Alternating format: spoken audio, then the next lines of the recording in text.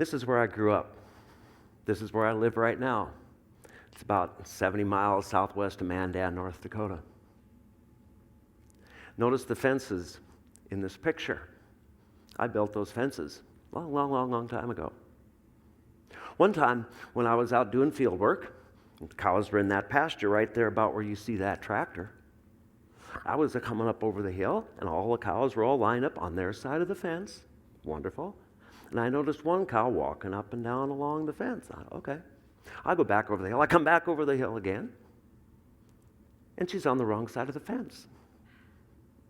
Okay, it's something I'll have to work on this afternoon, I figured. I'll get that done. I go back over the hill.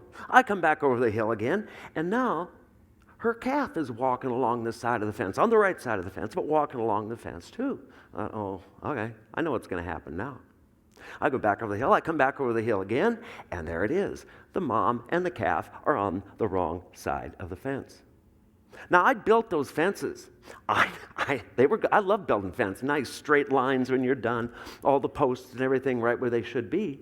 And I realized for the first time, I was 10 years old, I realized for the first time, fences are just a gentleman's agreement between people who raise cattle and that 1,500-pound animal who, if she wants to, can go over anywhere she wants.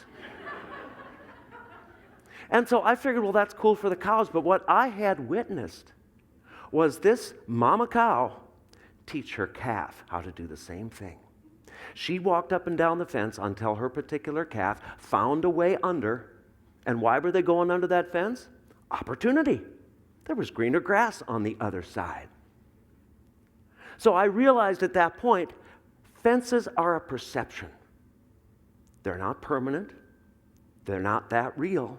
They're simply a perception. And this one cow, this cowpreneur, understood that if she wanted to, she could go around those fences anytime she wanted to get to the opportunity on the other side. So what I was started thinking about is, well, if cows can teach their calves that fences are just a perception, why can't we do that with two-legged calves? Why can't we do that with kids? I did become a teacher. I taught a lot of places around North Dakota, California, and Mexico. Had a great time. I latched on to a concept of entrepreneurship education for kids before it was really, really cool. This woman named Marilyn Korilski opened my eyes to my potential, my capacity as a teacher when I introduced entrepreneurial thinking to my 9 to 13-year-olds. When Marilyn told me that day what could be possible, it was like moving from Kansas to Oz. My classroom was in Technicolor. And I was good. I'm a good teacher. But this brought out the best in any kid I'd ever had, especially, and even though those kids who when you got to school in the morning and you saw the sick list and you were hoping for certain names to appear on there, if there are any teachers in the crowd, you know what I mean? Especially good for those kids who were natural fence jumpers to begin with. So now, here's a typical North Dakota class. Here's a typical group of kids. Bright, charming, engaging. Teach me, teach me, teach me, they're saying. What I want to point out to you is that these bright and charming kids are surrounded by fences not of their own making. They're surrounded by physical and cultural fences that we put around our kids. Because sometimes in our education programs, we spend more time building cogs than we do the flywheel.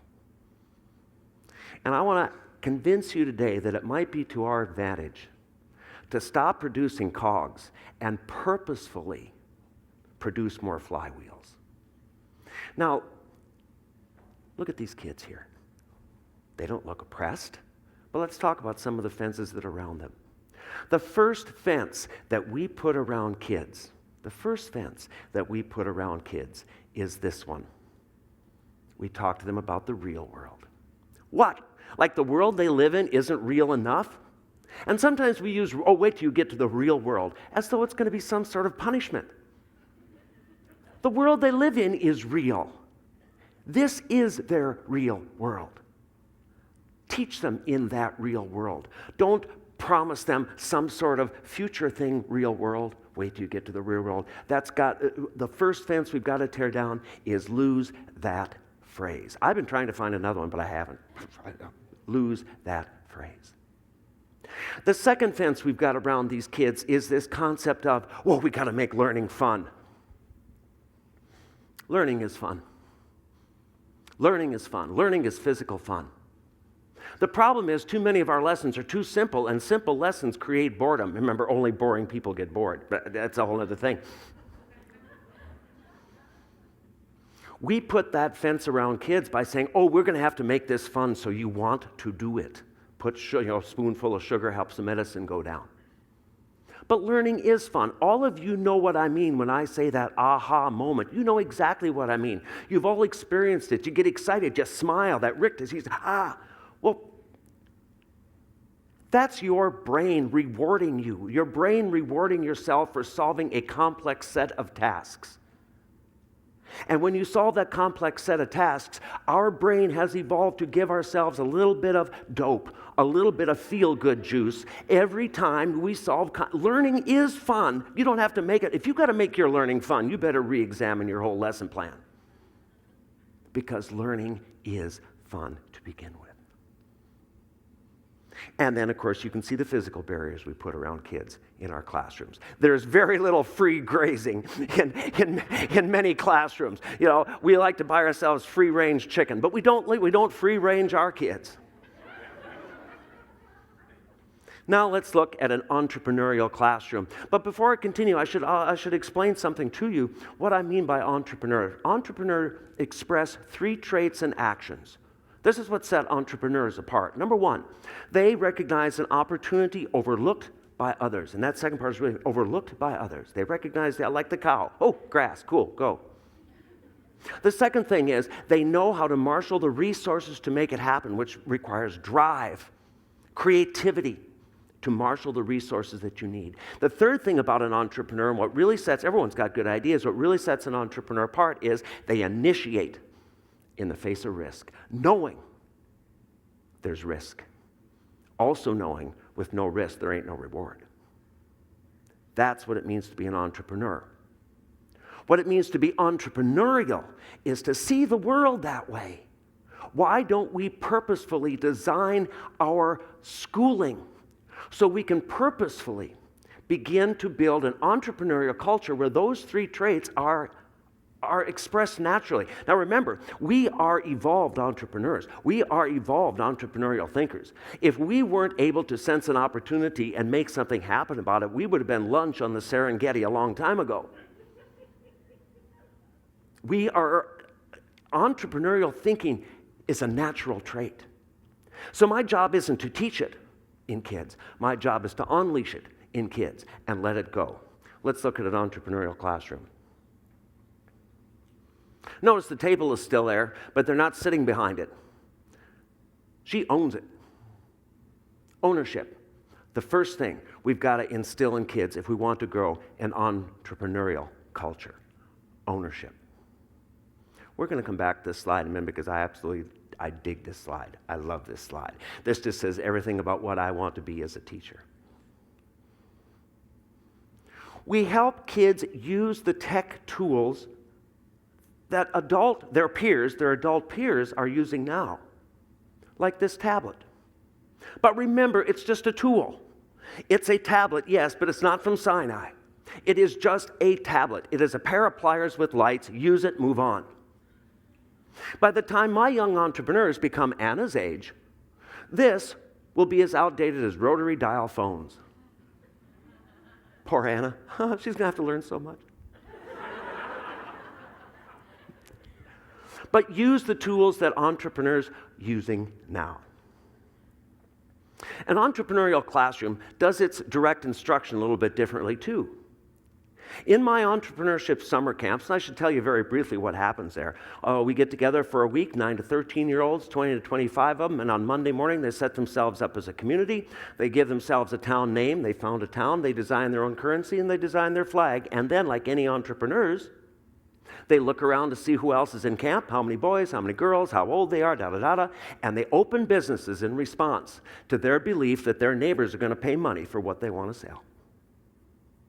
And as a result, they're going to also know how to keep books, business books, personal books. This is an accounting lesson in an entrepreneurial classroom. The young entrepreneurial teacher there, the guy in black, was going to sit up and help the young entrepreneur in red with her books, how to keep separation between business books and personal books. And he invited everyone else to come along, but we can handle that. It's simple math. We can handle that. Especially see that guy in black there on the right? Yeah. He didn't want it. It was too cool. But they started having such a good time understanding their books that everyone pretty soon joined. And everyone always understood then after this, oh yeah, this is how we do receipts. This is how we enter our materials. This is how we keep track of our business. An entrepreneurial classroom is complex. Lessons are complex. This is a production team. This is in Minot after the flood. A quick little note about entrepreneurial thinking in that community. We almost had to cancel our summer camp there because of the flood, but the owner of the Sleep In Suites, South Minot, said, oh no, we can't cancel the camp. You come use our ballroom. $100 a day she gave me that ballroom so I could run my camp there. But anyway, this production team, talking about the aha moment, I'm going to tell you about the aha moment with this table. Their business was to make T-shirt designs on their iPads, print out those designs on transfer sheets, iron them onto T-shirts, and sell them. Great idea, I thought. They had beautiful designs on their iPads. So I'm over there helping with that first one. We print them out in the transfer sheets. We iron them on the T-shirts. We hold up the T-shirt, and what? It's backwards. We all of a sudden realized, all of us together, all of us around that table, I was kind of sitting there where that iPad is on the floor. We all looked at each other, and all of us started to smile. We had just all figured something out, and we were each mutually sharing a little bit of hit of dope in our heads because we had solved this complex problem. We had all just solved a complex problem. Entrepreneurial learning is complex. This is a picture of an entrepreneurial brain. Making connections, making things happen, and it's also a good example of how we really don't promote mavericks enough in our classrooms. If I were going to set up a business, I probably would not think of mixing muffins, music, and magic and opening up a store that I would expect my friends to come and pay money for. Not so in Dickinson. No. She didn't know exactly what to do, but she knew she was a good cook. She loved doing magic tricks, and she could sing. Well, why not? Open a business and call it Muffins, Music, and Magic. She did very well. I gave her good grades because of the mustache thing, but don't. An entrepreneurial classroom celebrates failure. Yeah, this is down 48. Not every good idea is an opportunity, you know? And so they just figured, well, everyone's going to want to come to their mini golf, and everyone's going to want to, golf, and we're just going to have a booming business. They got all the materials they needed for that. They got up their signs. They developed a really complex course. No one came. No one came. The business went belly up. You're looking at the face of failure there. But I teach my kids the same thing that Don Shula taught me. Success isn't forever, and failure isn't fatal. Let's come back to entrepreneurs and the traits of an entrepreneur. Opportunity, marshaling the resources, pulling it all together in the face of risk. But now she's taken it one step farther. She's already giving back to her community. Her two cousins there on either side wanted to open their own business too, but didn't know exactly how to do it. And since she already had a successful business at her art supply store, she said, oh, come set up business next to mine, and I bet we'll attract some customers. So not only is she being a successful young entrepreneur, she's mentoring the next generation of young entrepreneurs. Some of us grew up in entrepreneurial households. I did. Many of us did. A lot of kids don't. A lot of kids don't grow up in entrepreneurial households. But if we decide that as a culture we want to develop a larger entrepreneurial culture, then we've also got to understand that it is our job to make entrepreneur a household word in places where it's not often heard. in homes where that is not a concept to be reckoned with. They have no perception of themselves as entrepreneurs. And now you're looking and you're asking yourselves, WIFM. Okay, this entrepreneurial culture thing, WIFM. W-I-I-F-M. It's a question every consumer asks. It's the question every funder asks. W-I-I-F-M. What's in it for me? Well, what's in it for you to create an entrepreneurial culture? You're going to get more people like this who understand themselves to be producers of knowledge and not just consumers of knowledge. You're going to get kids like this who know how to turn a passion into profit. You're going to get kids like this who provide a wonderful lesson in incorrect spelling. And if any of you teachers are here, you will see about 10 teachable moments in this one slide itself. Entrepreneurship education is the most fun teaching I've ever had. I've ever had. Teachable moments fall like ripe apples all around you. Now you got to ask yourself the next question. Are you ready? Are you ready for these young entrepreneurs to help lead and guide your world? I want to summarize what I want you to take home today with 3 letters, 3 words, and 3 rules. If at the end of your school teaching career, at the end of your schooling year, this is what you should be hoping to instill in each one of the learners, no matter what age your learners are. NFL. No free lunch. Every benefit has a cost, and not in a vindictive way. Some people use the vindictive no free lunch, not in a vindictive way. 3 words, the 3 most important words in the English language. We the people. These are the beginning words of the owner's manual for the United States. These are the 3 most important words in the English language. It tells everyone how we do things. 3 rules. These come from Ewing Marion Kaufman, an outstanding entrepreneur, and every entrepreneur I've ever researched lives by these rules. Maybe it's said in a different way. 1, if you want to be successful in business, treat others as you want to be treated. Share profits with those who helped you make them, and give back to your community. There she is. There's a young entrepreneur. There's Anna's replacement right there. She understands the words. She understands the rules. She understands that not every good idea is an opportunity, and she understands she may fail, but she's ready. Are you ready for a bunch of fence jumpers? Are you ready, if you accept this challenge to help create an entrepreneurial culture, are you ready for the fence jumpers we're about ready to make? Are employers ready for entrepreneurial employees?